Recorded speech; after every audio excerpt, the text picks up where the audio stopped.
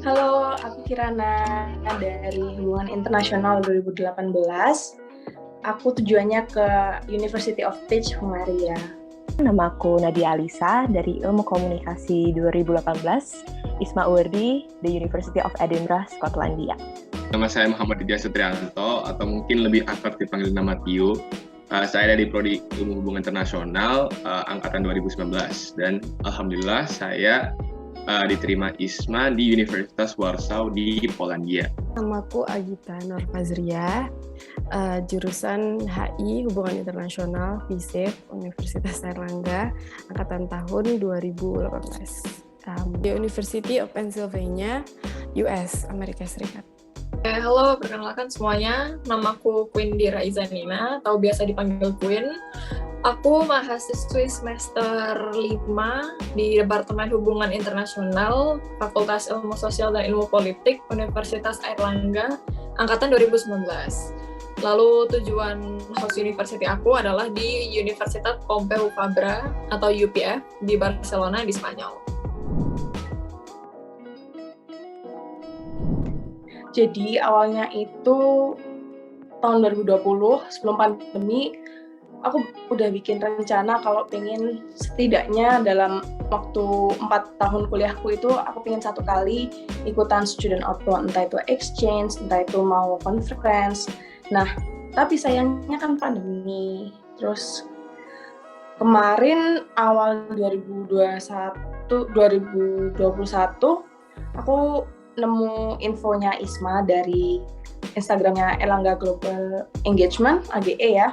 Terus ya udah deh aku coba ikut seminar-seminarnya dan ternyata persyaratannya juga mudah. Jadi aku coba aja apply gitu.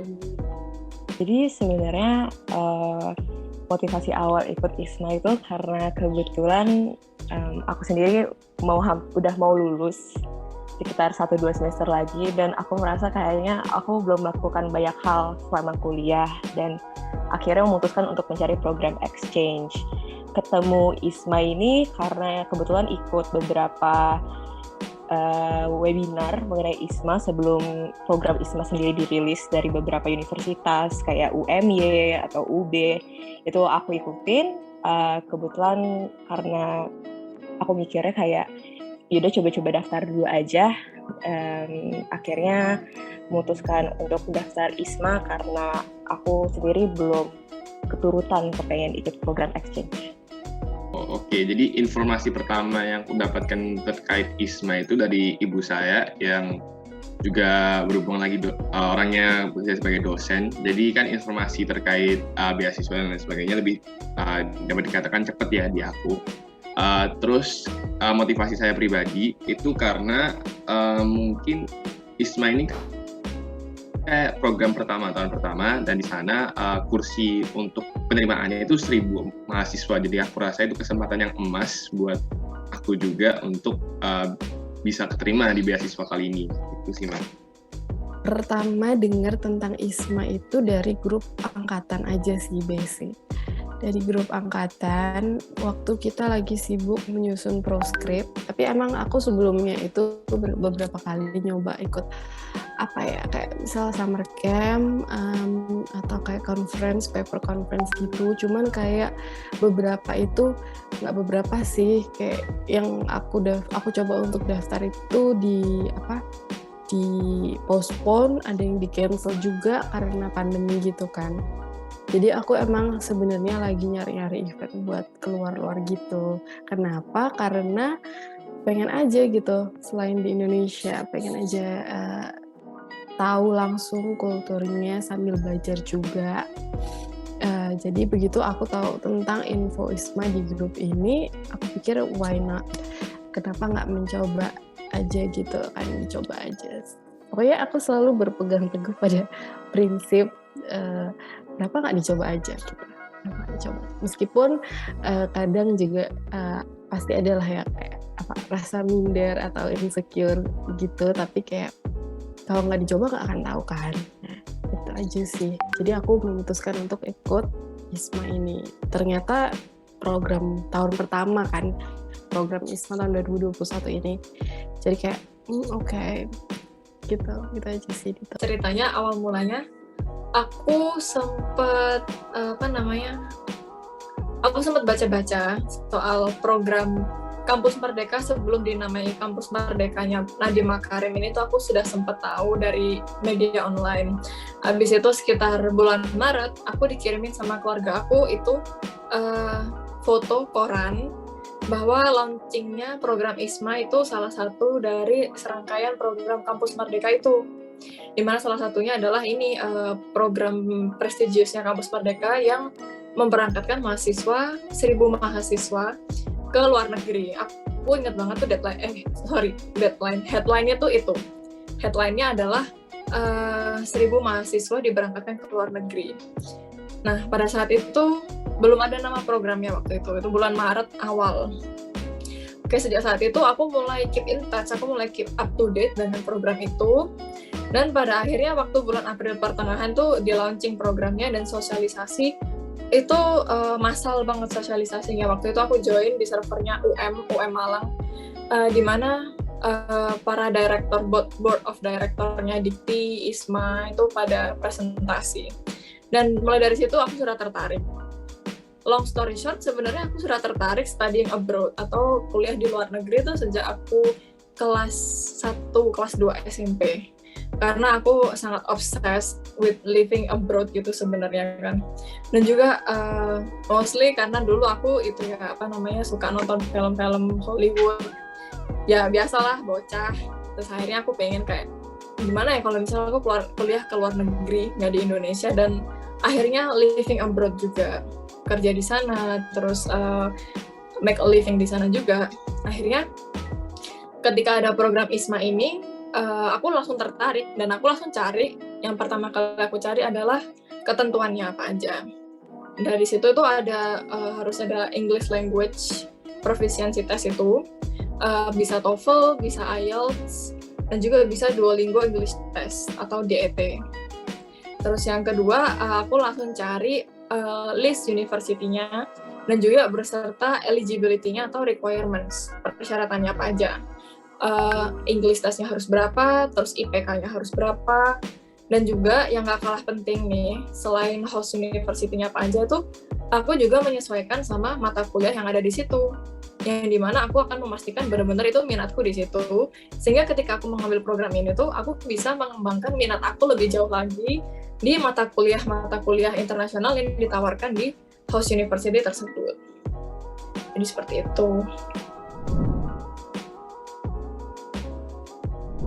Untuk persiapan pendaftaran ISMA sendiri sih yang perlu disiapkan itu waktu itu ada beberapa berkas, kayak misalkan kayak recommendation letter dari universitas asal, habis itu ada juga transkrip nilai dalam bahasa Inggris, terus kebetulan juga ada syarat-syarat kayak seperti English Proficiency Test, entah itu IELTS atau ITP atau Duolingo Test. Sebelum mendapatkan recommendation letter itu harus dipersiapkan dulu. Kalau misalkan kita nggak bisa mendapatkan recommendation letter dari kampus, kita nggak bisa mendaftar ISMA. Setelah sudah mendapatkan recommendation letter, ada beberapa esai yang perlu dijawab. Ada kalau nggak salah ada 4 esai yang perlu dijawab mengenai seputar pertukaran pelajar, kayak misalkan sebelumnya apakah punya pengalaman berorganisasi atau mungkin kesulitan apa yang pernah dihadapi sebelumnya dan bagaimana kita cara menanganinya, dan mengapa sih ISMA harus memilih kita untuk menjadi awardee mereka. Persiapan berikutnya adalah paspor, gak kalah penting.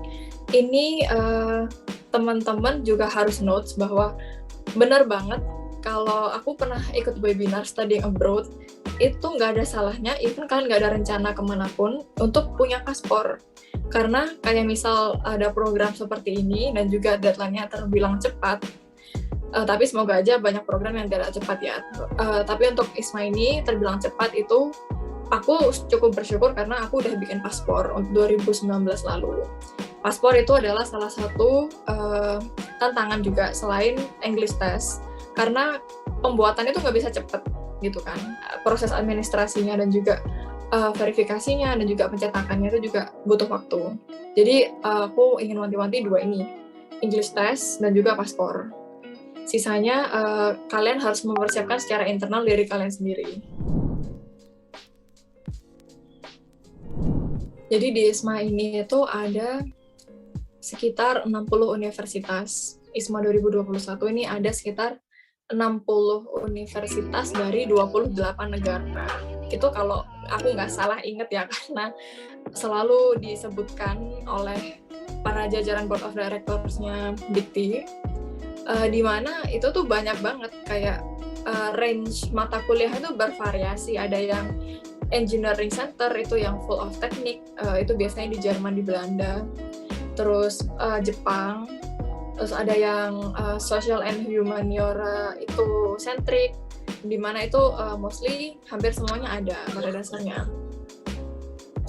Terus kenapa aku memilih UPF di Barcelona, Spanyol, itu karena salah satu mata kuliah yang bikin aku tertarik adalah sustainability dan globalization. Nah, aku sendiri sejak aku kuliah di HI itu, aku sudah develop interest di sustainable and environmental issues, as well as gender issues, di mana di UPF sendiri ini ditawarkan, yaitu matkul LGBT and identity. Jadi aku berangkat dari interest diri aku sendiri, di kedua interest aku yaitu di environmental and gender issues itu, dan aku memilih di UPF ini.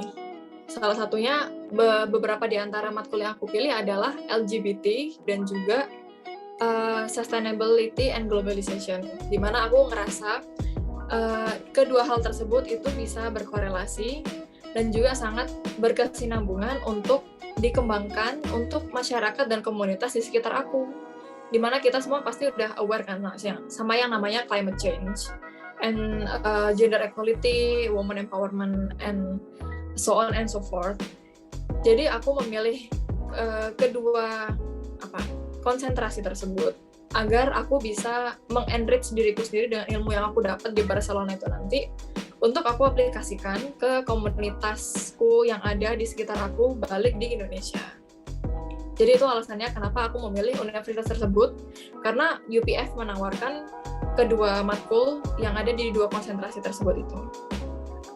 Oke, jadi kenapa aku pilih Hungaria? Karena yang pertama sebenarnya aku lihat kampusnya sih, karena kampusnya hitungannya kampus yang cukup baik di Hungaria. Terus habis itu mata kuliahnya juga sesuai dengan minatku. Jadi aku pilih berdasarkan yang nggak jauh-jauh banget, tapi juga yang nggak, kan kampus merdeka kan ya. Jadi yang sekiranya masih ada relasinya dan nggak beda banget lah sama peminatan yang di Indonesia kayak gitu. Terus udah sih, kebetulan Hungaria juga negaranya bagus, jadi kenapa enggak tuh. Kebetulan ISMA sendiri kan pilihan universitas itu banyak ya, dari kayak ada dari Asia, ada dari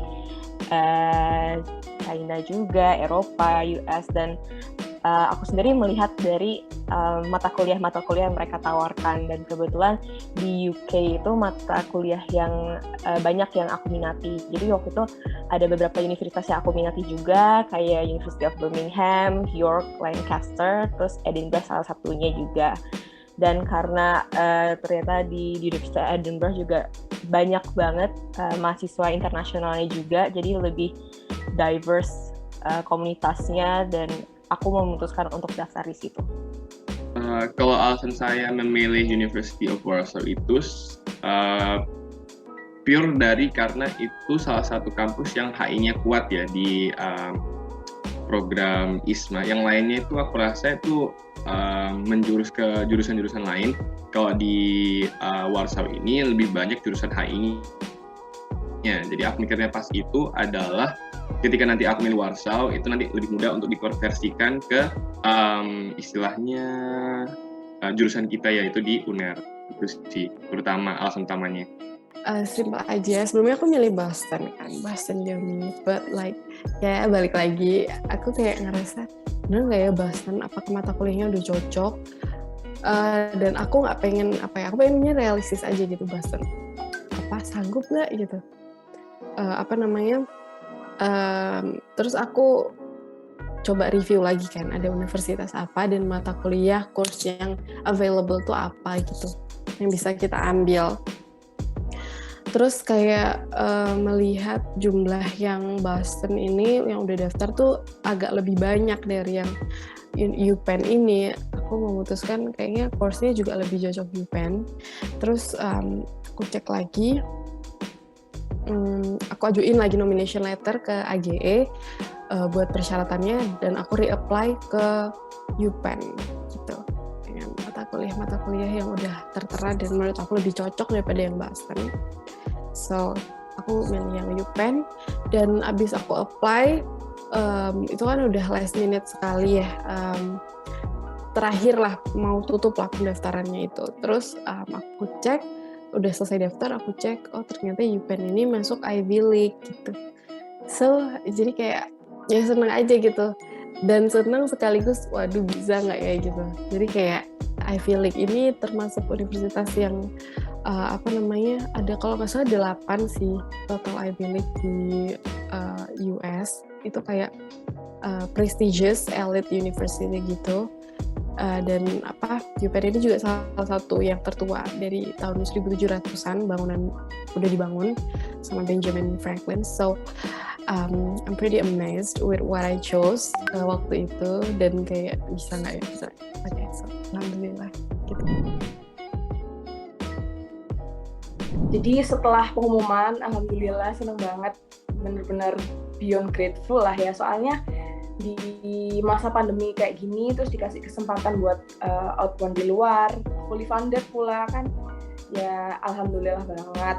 Tapi untuk tanggung jawabnya kita nanti ada laporan mingguan, jadi kita ada weekly report yang dikirim nanti ke Spada Dikti, tugas-tugas apa aja yang kita kerjain di sana, terus kira-kira kegiatan kita apa aja, itu nanti semua ada laporannya. Jadi nggak cuma kayak kuliah atau jalan-jalan atau senang-senang doang, tapi kita juga benar-benar belajar.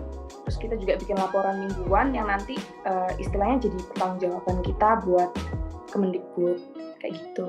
Mungkin pas perasaan saat keterima, sebenarnya pas daftar itu aku awalnya agak skeptis ya, karena kebetulan pendaftar itu sekitar 2.000 sampai 3.000 orang, dan yang keterima itu cuma 1.000. Jadi perbandingannya cuma kayak kesempatan aku cuma 1:2 atau 1:3. Jadi sebenarnya aku nggak mengharapkan banyak sih, karena juga banyak kan yang daftar dari kayak universitas-universitas yang sama bagusnya juga, kayak Unair, terus habis itu ada universitas swasta juga yang sama bagusnya juga. Terus saat mendaftar itu aku cuma mikirnya kalau misalkan nggak keterima, mungkin aku anggap aja ini kayak sebuah pembelajaran aja kalau misalkan nanti kedepannya mau daftar exchange lagi. Tapi alhamdulillahnya sih keterima. Waktu itu nunggu pengumumannya bareng orang tua, dan alhamdulillah orang tua juga ikut senang juga pas tahu aku keterima. Terus setelah menjadi awardee, ada sih beberapa tanggung jawab yang kita miliki, karena ini kan kebetulan program Kemendikbud, jadi mereka sebenarnya pengen tahu kayak bagaimana sih kayak cara belajar kita di sana, terus kayak silabus apa yang digunakan, dan itu sebenarnya tujuannya sih untuk memperbaiki sistem edukasi di Indonesia sendiri. Jadi tugas kita itu kayak kita ada weekly report yang kita perlu serahin ke Kemendikbud, bahkan sampai buku-bukunya, bahkan kayak sampai materi-materi yang diberikan. Kalau misalkan bisa minta presentasinya, tolong mintain, tolong dikirimin gitu. Jadi sebenarnya kita itu bisa dianggap kayak agen-agen kecil untuk kayak intip mereka kalau di negara lain tuh belajarnya kayak gimana sih gitu. Jadi aku pertama kali pas tahu keterima itu posisinya memang lagi sama Semi yang kebetulan juga diterima. Nah kita itu lagi di mobil, terus kita ngecek, dan ya otomatis kan seneng banget ya berdua-duanya satu jurusan juga, teman kos juga bisa keterima di ISMA bareng-bareng. Terus yang aku lakuin ya aku telepon orang tua, aku ngabarin kalau alhamdulillah aku ini keterima.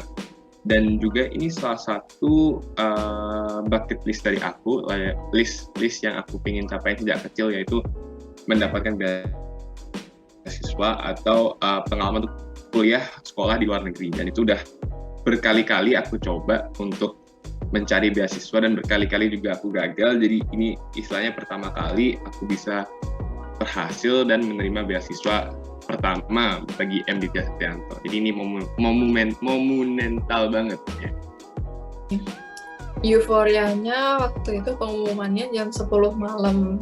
itu habis ada itu sih servernya habis down lah, terus ada yang error, tapi it still excites me. Aku nangis waktu itu. Aku buka laptop, tapi nggak ada keluarga aku tuh pada nungguin di depan aku. So ketika aku ceritakan mimpi aku ke keluarga aku, mereka sangat mendukung 100%.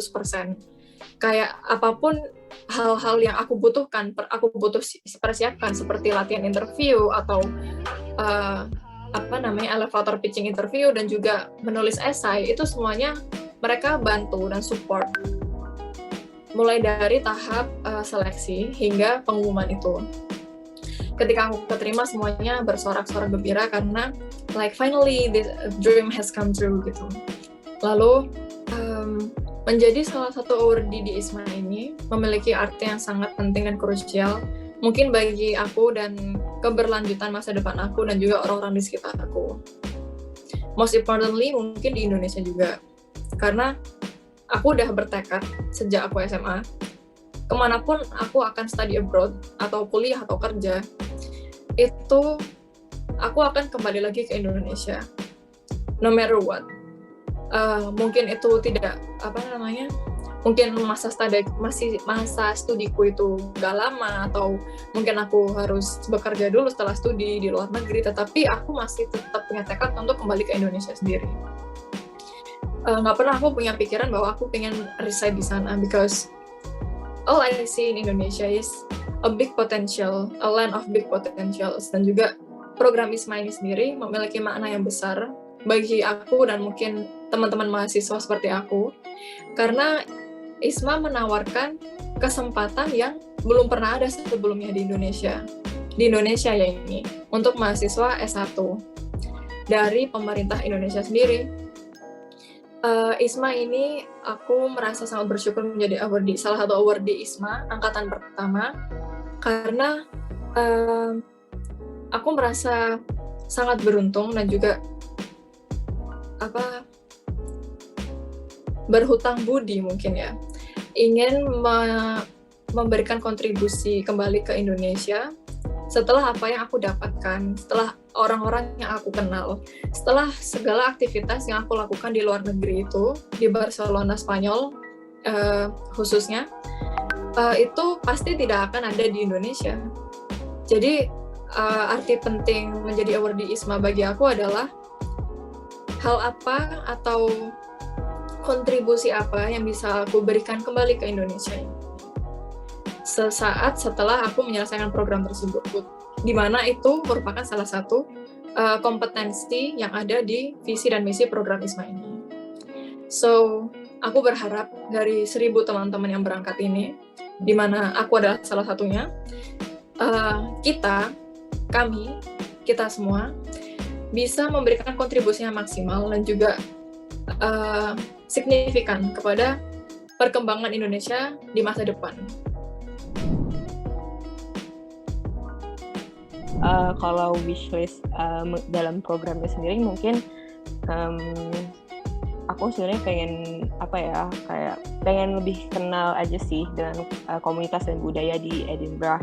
Kebetulan aku sendiri juga lagi jalanin sebuah social startup bareng teman-teman yang berhubungan dengan edukasi. Jadi kayaknya pengen minta insight sedikit bagaimana sih kayak misalnya edukasi di Edinburgh gitu, atau di UK secara general. Tapi kalau misalkan wishlist pribadi, kepengen jalan-jalan juga sih, kepengen explore karena kebetulan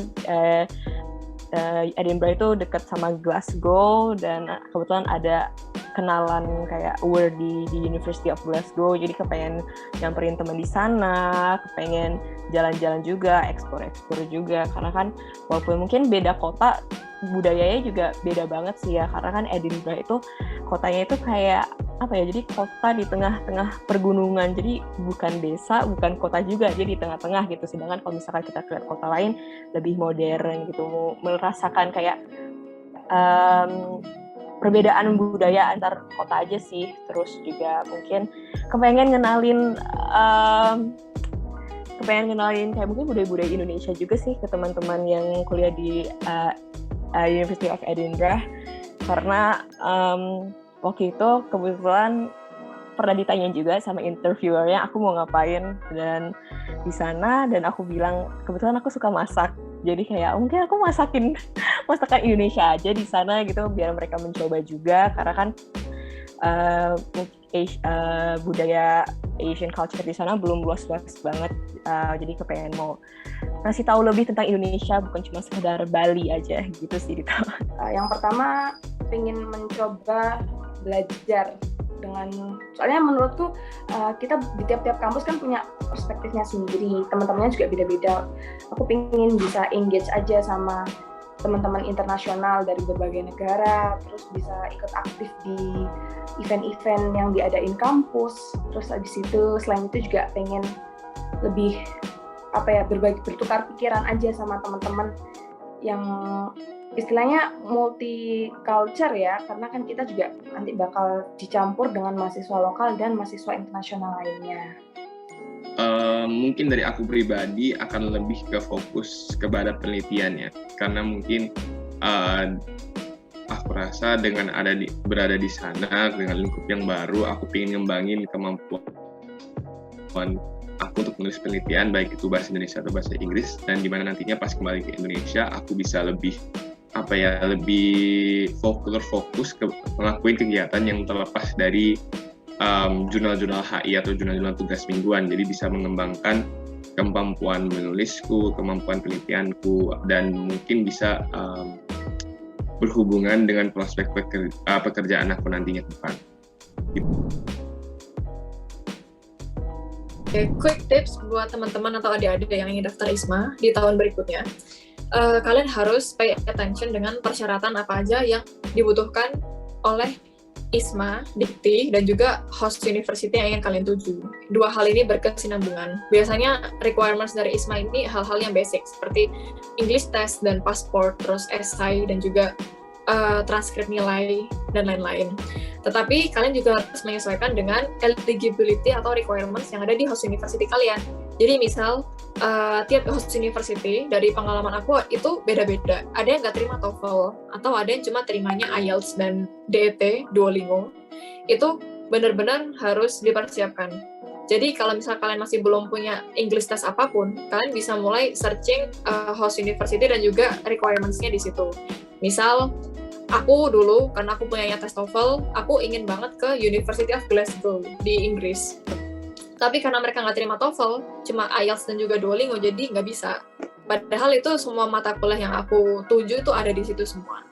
Tapi fortunately, aku bisa menemukan itu semua di Barcelona juga.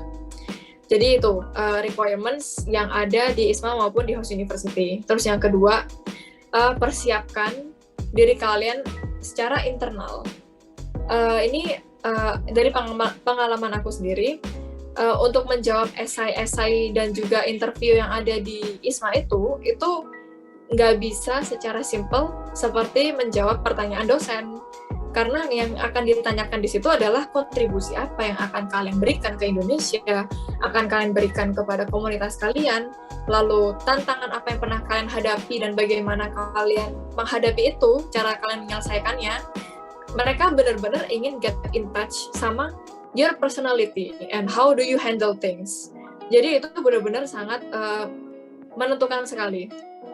How you see things from your point of view. Terus bagaimana kamu bersikap kepada masyarakat di sekitar kamu, itu dengan cara mereka melihat dari esai kamu itu, esai kalian, jawaban esai kalian yang kontribusi itu, dan juga kalian akan ditanyain soal, kalian harus mempersiapkan hal-hal apa aja yang akan berusaha kalian lakukan, baik di Indonesia dan juga di host country. Jadi make sure bahwa kalian sendiri tuh punya dorongan yang kuat dan juga punya tujuan yang jelas, a clear purpose dari kenapa aku layak untuk menjadi award di ISMA ini. Pokoknya jangan ini aja sih, jangan minder tuh wajar, maksudnya insecure tuh wajar, atau kayak tapi kalau misal sifat-sifat yang kayak merendah gitu ya, itu wajar. Cuman kalau bukan kita sendiri yang percaya dengan diri kita sendiri, ya apalagi gitu. Terus dicoba aja. Kalau aku aku gimana ya? Iya, dicoba aja sih kalau aku. Pertama percaya diri, meskipun major wajar, insecure wajar, segala macam wajar, cuman percaya diri, percaya sama diri sendiri. Dan nomor 2, jangan takut nyoba, coba aja gitu lah, coba aja gitu, apapun eventnya. Nanti kalaupun ditolak, pasti ada evaluasinya kan, misal kurang apa, atau kayak yang apa namanya, kayak misal kita nggak lolos, temen kita ada yang lolos, kita bisa tahu, kita bisa lihat, oh mereka lebihnya di mana ya, aku harus diasah lagi di mana gitu ya, those kind of things, saling melengkapi aja dari percobaan pertama, kedua, ketiga, sampai semakin banyak kalian coba event apapun itu ya, nggak cuman kayak pertukaran semacam ini, apapun itu kalian akan makin tahu kekurangan kalian apa, kelebihan kalian apa, dan it's not a bad thing. Justru bagus kalau kalian makin tahu kekurangan kalian apa, karena dengan itu kalian mau belajar, mau get to know things more. Karena kalau kalian udah merasa settle dan nyaman dengan apa adanya kalian, it's gonna be dangerous.